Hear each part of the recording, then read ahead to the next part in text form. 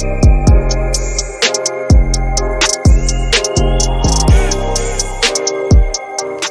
hi, welcome to my channel. My name is Chastity. Here we talk about beauty, entertainment, celebrities, books, movies, anime, TV shows, and kind of anything else that garners my attention this week.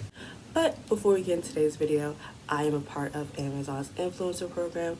So if you click the link in the pinned comment below, it'll take you over to my Amazon storefront where you can shop all of my favorite things. So if you want to do a little shopping while also supporting me, click the link in the pinned comment below. I want to apologize for the lawnmower in the background. You know, we are no longer a proper country where people mow their lawns between 6 a.m. to 9 a.m. We now mow our lawns from 12 p.m. to 3 p.m. I hate my neighbors. Why are we mowing our lawns at the hottest points of the day? And I feel like I reiterate this in so many videos because it blows my mind every single time it happens. But moving on from my inconsiderate neighbors, today we are talking about stans and stan culture and whether the behavior of stans deserves consequences, and should the people these people stan also get some of these consequences, and we will talk about that in this video. So what has sparked this video is a fan base I never actually want to talk about, nor do I ever want to engage with, and that is Nicki and the Barbs. Listen, if there are like groups of people on the internet that you don't want to smoke with, it's Barbs, the Armies, and the DJ Academic stans. Those are three stan groups that do not care and will do anything in their fucking power to ruin your life. It's horrible. It used to be the Beehive. Like, the Beehive used to really get on niggas' asses, but most of the Beehive now are like grown adults with like children, real jobs, 401ks. So it's calmed down to the point where at the most you'll just get a bunch of B's in your comments. But like the level of harassment that the Beehive used to do, they don't do it no more. They've been replaced by the new girls. So let's take it back to the beginning. Nicki was on this app called AMP. It's like a radio podcasting type of app. It was very much so giving Queen Radio vibes, you know. And if you were there for Nicki's Queen Radio era, you know what was happening on AMP was messy as hell. Now, she was making a lot of accusations to other people, other celebrities, other people she interacted with. Nicki did not put any names to these accusations. So her fans ran to Twitter and put names on them for her. One of the people in particular that got it the worst was Megan Thee Stallion. One person legitimately added Megan and said that she tried to force Nicki to drink while she was pregnant and try to get Nicki to have an abortion. So because that's such a crazy accusation, Megan had quote tweeted that person and just said lie. Now, people insinuated that Megan was saying that Nicki made up the situation, and not the fact that she was probably just saying that's a lie about me. This is not about me. I never did that. And then stans attacked her like the person didn't directly at her and didn't directly want Megan's attention. I feel like when you're getting accusations like that is something that's very, very serious, and you should dead that very quickly, and don't let that rumor run. Don't let people think that is about you. But you know, people are very much so hypocrites. If it was their fave being accused of doing that, they would want them to address it. But since they don't like Megan, how dare she address it? It's stupid, but that's just kind of how Twitter works, especially when you're talking about stans. So while the Barbs are like harassing multiple female celebrities on Twitter, there was also another conversation about the fact that Nicki Minaj has fallen out with pretty much every female rapper she has ever come across. We already know about Lil' Kim back in the day, and there's the problems with Megan, which I have my theories on that, but I'm gonna keep that to myself.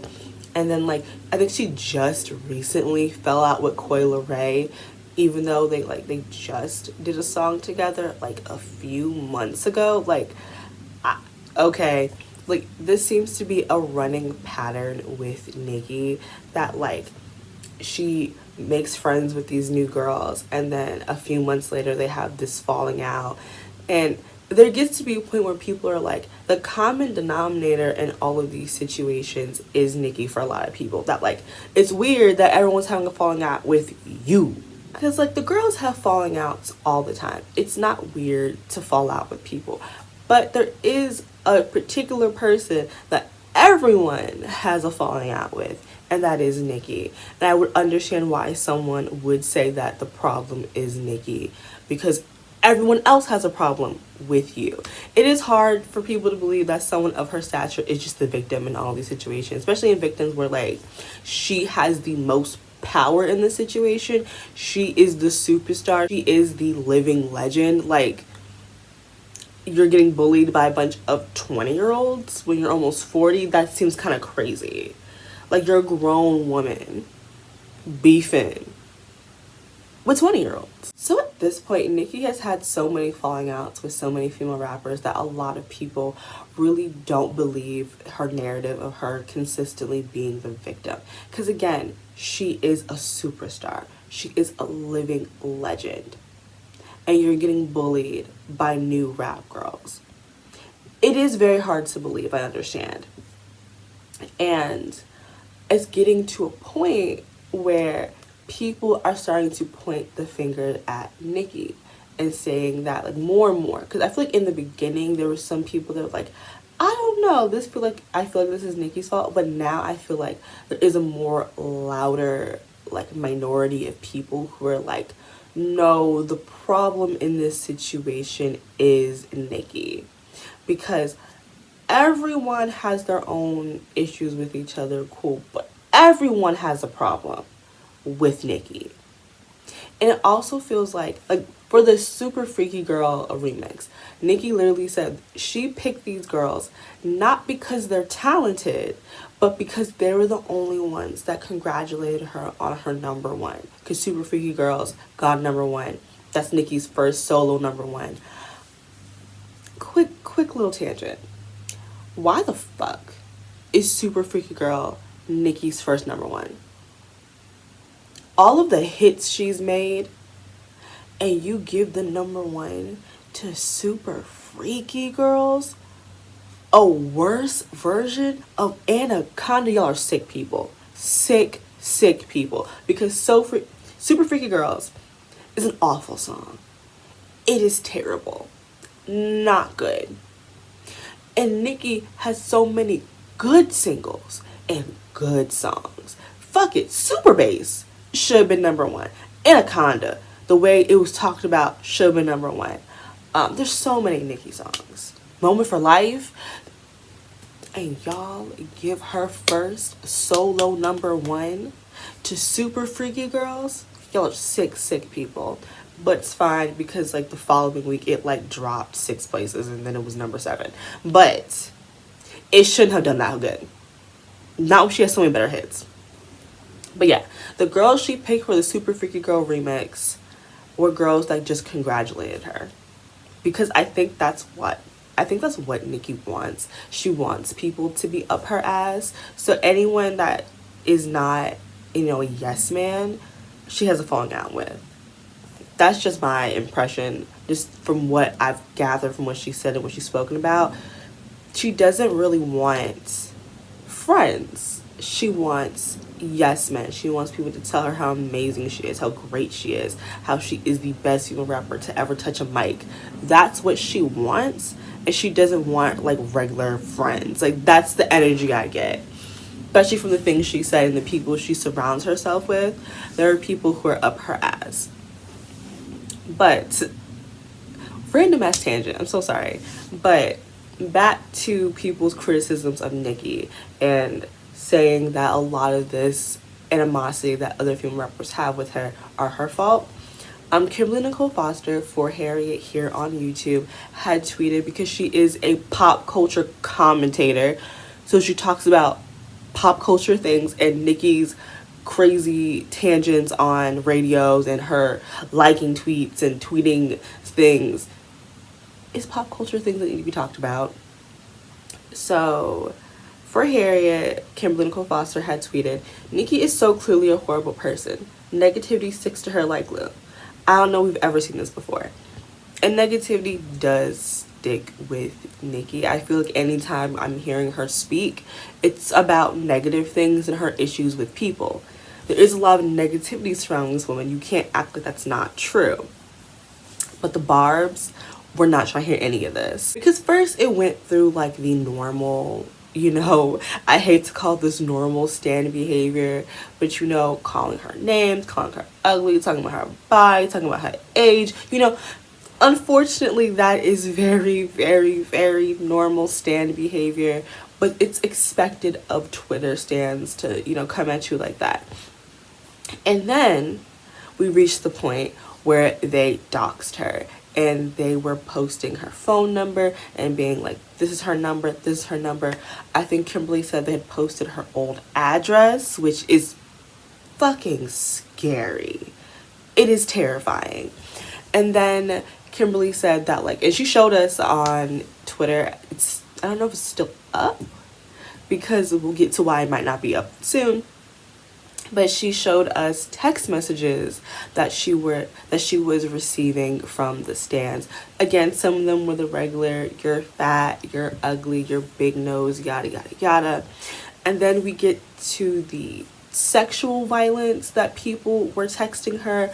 There were people that were texting to harm her family. She said that someone had tweeted or texted her about harming her 2 nieces and going to their schools. Kimberly has now decided that she will be taking legal action against some of these stans, and I think that's just. Because like she said in her video, she did make a video talking about this. If they were just, sending her you're ugly, you're big nose, you're bad built, she really wouldn't have cared. But it is the threats of sexual violence, the threats of coming to her home, and the threats against her 2 young nieces that take this way past the line. Way past the line. And it's so crazy to say that it's completely fine for people to body shame you and call you ugly and all that. We're living in sick times where that type of nasty rhetoric is normal. It's normal. Someone calling you ugly, it's whatever. It's the internet. People don't call you ugly. And it really shouldn't be okay, but that's tame to what you can get, which is death threats, threats of sexual violence, and her nieces. 2 young little girls this has nothing to do with. Violence against them. And because of that, Kimberly is now going to the police. And the thing with these stans is they're very stupid.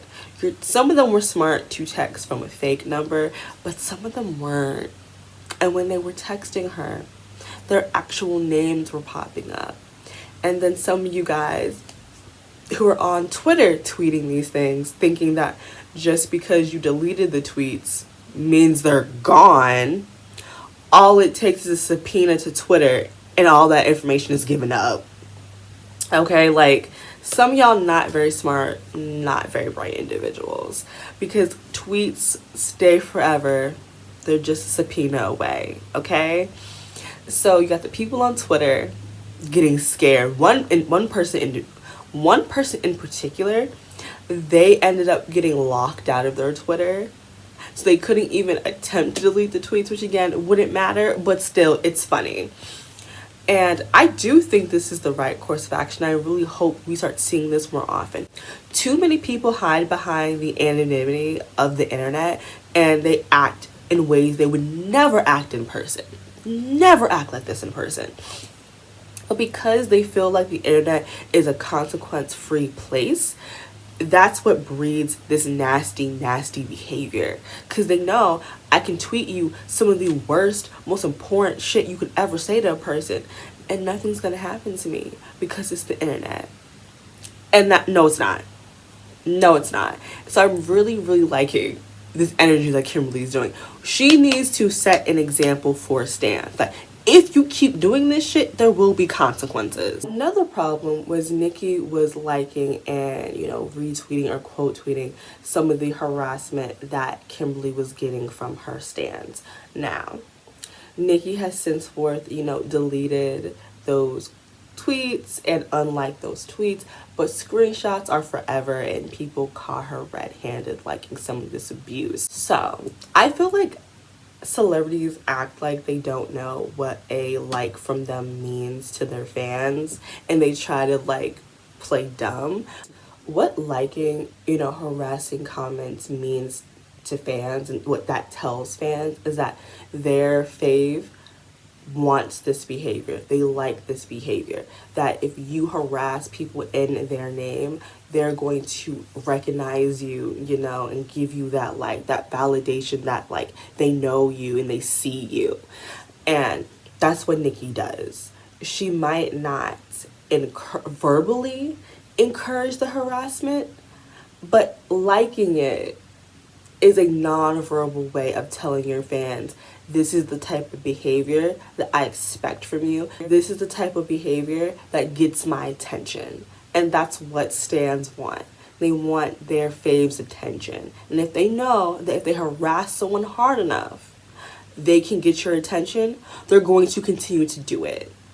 And that's my issue with Nikki, is that she does not tell her fans to fucking stop. You should never have a mass group of people doxing someone and body shaming someone and sending threats to someone. I feel like when you become a celebrity, when you become a content creator, it is your job to corral your stans when they're doing too fucking much, because you are the only person that they're going to listen to. And I really do feel like a lot of celebrities and a lot of content creators will build a nasty fan base and then sick them on people, which is why there are certain celebrities, certain content creators that other content creators do not want to talk about. Like I said, I don't want to talk about Nikki and the Barbs because I don't want to be called racial slurs. It's a fine Monday. I'm living a great life. Don't want to be called nasty things. It happens so much where they've created this wall that is their stans. So it stops them from being ever criticized because people sometimes just don't want those types of problems. Now, especially when we're talking about small content creators like me, sometimes it's not worth it. It's not worth the abuse to talk about certain people. But that's why we need big content creators, because they can take it and they have their own built-in fan base that will go back and fight and defend them. I know people like to blame social media for fan behavior, but I don't think people understand how long this has been going on. As long as there's been people to look up to and people to admire, there has been fans, and there's always been crazy rabid fans. Before the internet, before TV, before radio, the ancient Greek had their own version of celebrities, and that was athletes and warriors. People looked up to these men, people gave them gifts, people even wrote songs about them. They were so loved in Greek culture. They were the pinnacle of what you could be. Being a fierce warrior, being a strong athlete.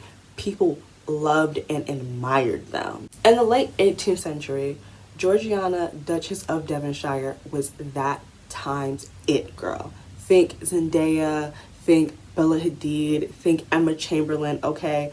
She was that girl, okay? The other girls couldn't keep up even if they tried. Georgina had a whole generation of Regency's wannabes importing expensive ostrich feathers to wear in their hair just because she did it, okay? She moved the needle, all right? She was that girl, she was the moment, and she was an icon. Moving on a little bit later to places like London, there are establishments like pubs and saloons that advertise themselves as meeting places for people with similar interests. So talking about people who maybe like the same author or the same book series, people who are huge fans of Shakespeare, maybe fans of, specific ballets and plays, just a bunch of like-minded people coming together to talk about the things they like.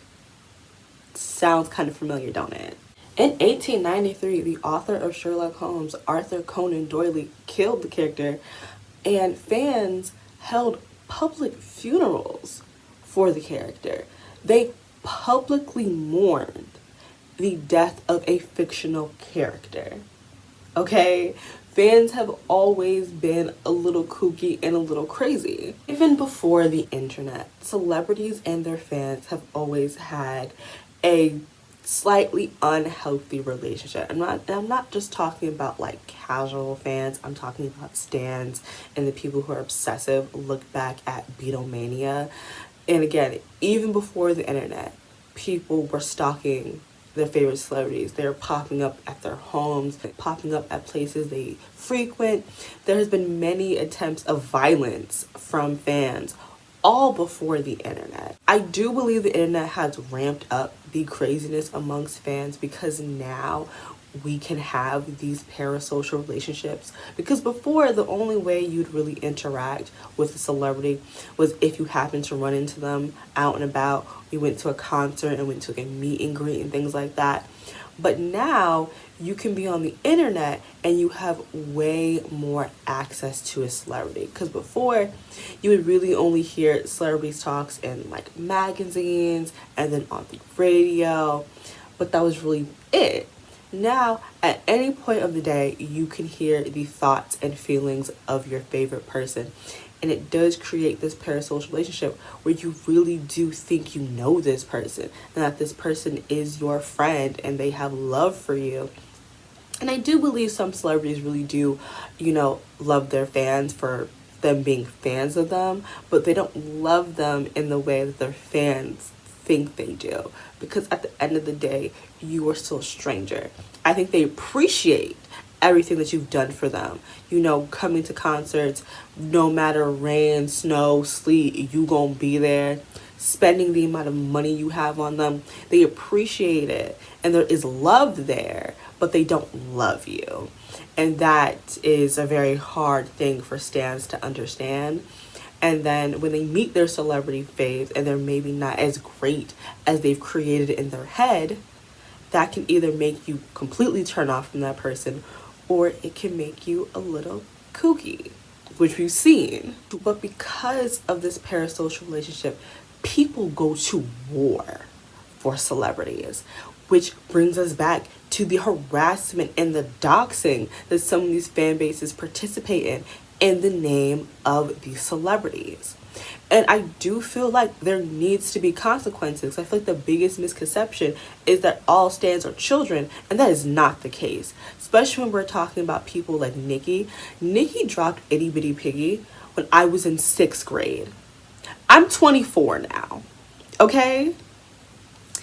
Not all of Nicki's fans are children.